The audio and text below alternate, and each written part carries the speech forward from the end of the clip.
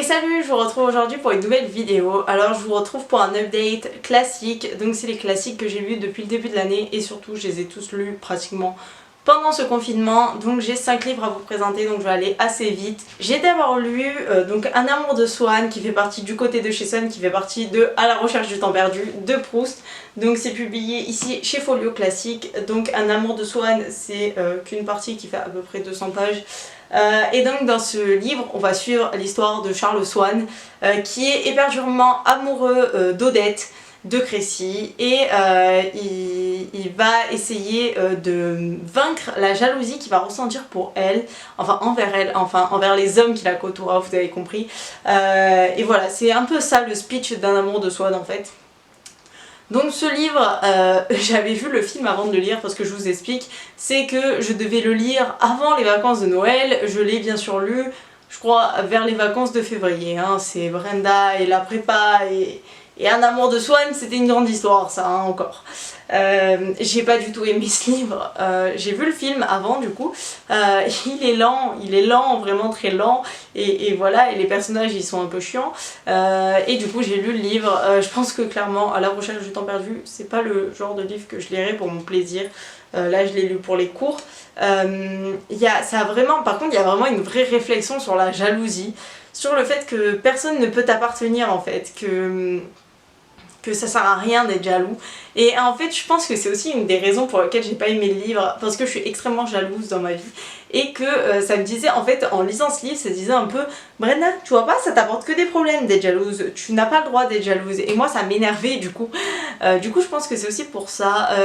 Bon, Marcel Proust on le présente plus, il a vraiment rénové les codes de l'écriture avec une écriture du moi. Il fait partie de ces écrivains qui ont vécu à la même période que Freud, donc il a vraiment un côté qui s'intéresse au moi, à ce qu'on pense à l'intérieur, au fait que on peut jamais savoir exactement ce qu'un humain pense, voilà, et du coup c'est en soi très intéressant quand on a la critique en fait, parce que si je lis le livre comme ça, clairement j'aurais compris que c'était une critique de la jalousie, mais je n'aurais peut-être pas compris tous les dessous qu'il y a en fait, qui sont entremêlés. C'est aussi ça la magie de Proust. Mais bon, il a aussi de gros défauts comme le fait de faire des phrases qui font une demi-page et qui fait que ça rend le texte un peu lourd en fait à lire, et en plus à ce qui paraît Un amour de Swann c'est le plus simple de toute la recherche, donc je me demande comment est le reste en fait. Ensuite j'ai lu La princesse de Clèves de Madame de La Fayette, donc publié ici chez Flammarion. En plus mon livre vient de se déchirer derrière, je suis en train de rager contre Tartuffe, mais bon c'est pas grave. Donc ce livre, j'ai été super contente de le connaître. Si vous avez vu ma vidéo sur la prépa littéraire, je vous dis que justement je suis rentrée en prépa et tout le monde parlait de La princesse de Clèves, tout le monde connaissait La princesse de Clèves, tellement que la prof elle disait oui, comme dans La princesse de Clèves, je n'ai pas besoin de vous raconter l'histoire, et moi j'étais là en mode si, je ne connais pas. Et du coup pendant ce confinement j'en ai profité pour lire La princesse de Clèves. J'ai étonnamment beaucoup aimé cette histoire, que je vais peut-être vous raconter un minimum quand même. C'est l'histoire donc de Madame de Clèves, donc qui avant de s'appeler Madame de Clèves s'appelle je ne sais plus comment en fait, qui s'est mariée donc avec le prince de Clèves, qu'elle a rencontré un jour au détour d'une bijouterie, et pour lui ça a de suite été le coup de foudre, pas forcément pour elle, et elle va craquer sur le beau et le charmant duc de Nemours, mais sauf que c'est une femme très vertueuse et du coup elle ne va pas se laisser faire par le duc de Nemours, mais du coup elle ne veut même plus le voir, elle ne veut même plus sortir, voilà, et c'est un peu le speech de l'histoire. Et dans cette histoire en fait, le personnage qui me fait le plus de peine c'est Monsieur de Clèves. J'ai énormément de pitié pour lui, je me dis mais le pauvre en fait, parce que ça se voit que lui il aime sa femme, il a totalement craqué pour elle, et elle aime pas, et elle pense à un autre homme. Il y a un peu des quiproquos qui font que c'est un peu drôle parfois par moment, mais ça reste un classique que j'ai beaucoup aimé lire pour l'ambiance en fait. On est vraiment dans l'ambiance de la cour, et c'est ça que j'ai énormément aimé. En plus ça se passe au XVIIe siècle je crois à peu près, enfin voilà, et donc on a des personnages qu'on retrouve, en tout cas des noms, des familles qu'on retrouve, qui font énormément penser à Adam Règne en fait. J'ai toujours pas réglé mon souci pour savoir si c'était les mêmes personnages ou pas. On a par exemple la princesse Claude, on parle aussi de Catherine de Médicis à un moment donné, donc on a le prince de Condé. Voilà, et du coup je me demande si c'est les mêmes ou pas, et du coup ça fait que j'imaginais vraiment les personnages de règne dans ce livre, et ça fait que j'ai beaucoup aimé, voilà. J'ai ensuite lu Le Tartuffe de Molière, donc publié ici chez Hachette. C'est une pièce de théâtre de Molière où en fait il y a un homme qui se fait avoir par un charlatan en gros, voilà, c'est en gros ça l'histoire. Comme toujours chez Molière, c'est toujours drôle. C'est clairement pas ma pièce préférée, j'ai trouvé qu'elle était un peu lourde par moments.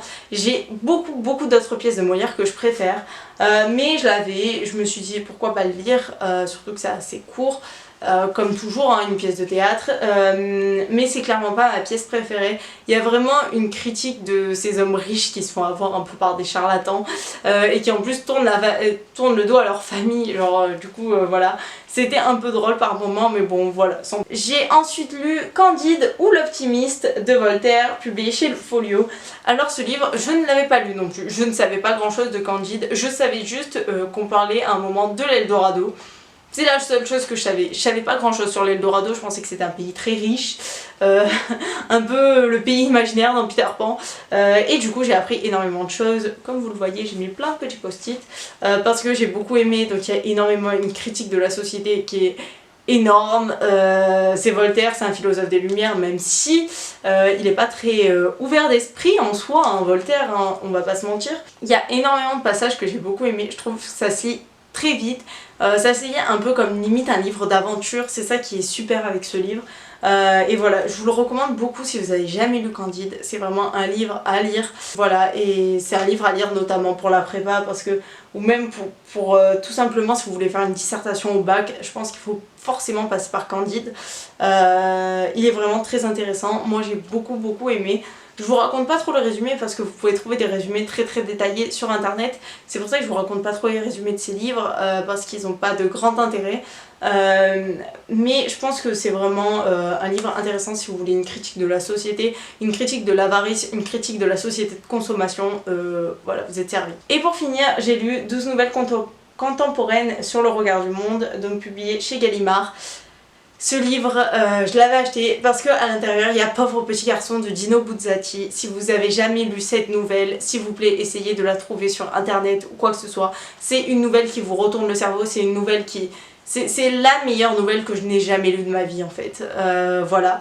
Il y a énormément de nouvelles donc, qui vont critiquer les sociétés de consommation, mais aussi la guerre. Et c'est pour ça que c'est très intéressant, ça reste un classique en quelque sorte parce que c'est des œuvres classiques. Par exemple il y a Lucien, je pense que vous l'avez peut-être lu, de Claude Bourgueil. En tout cas moi je l'avais lu au collège, parce que c'est les nouvelles à chute un peu, c'est ce qu'on fait en troisième, et j'avais adoré. Franchement j'ai beaucoup aimé ces nouvelles, elles sont très intéressantes, et je trouve que vraiment on accroche, c'est vraiment un livre où j'ai accroché. J'ai donc lu ces 5 petits classiques que j'ai beaucoup aimé, je vous les recommande tous à part peut-être Un amour de Swann de Marcel Proust, que clairement je ne relirai jamais parce que voilà, ça n'a pas été trop top avec moi, mais c'est pas grave. J'espère que vous avez une de bonne lecture. Est-ce que vous aimez lire des classiques de temps en temps, autre que pour les cours? Et quels sont vos classiques préférés? Dites-moi tout ça en commentaire et à la prochaine, ciao!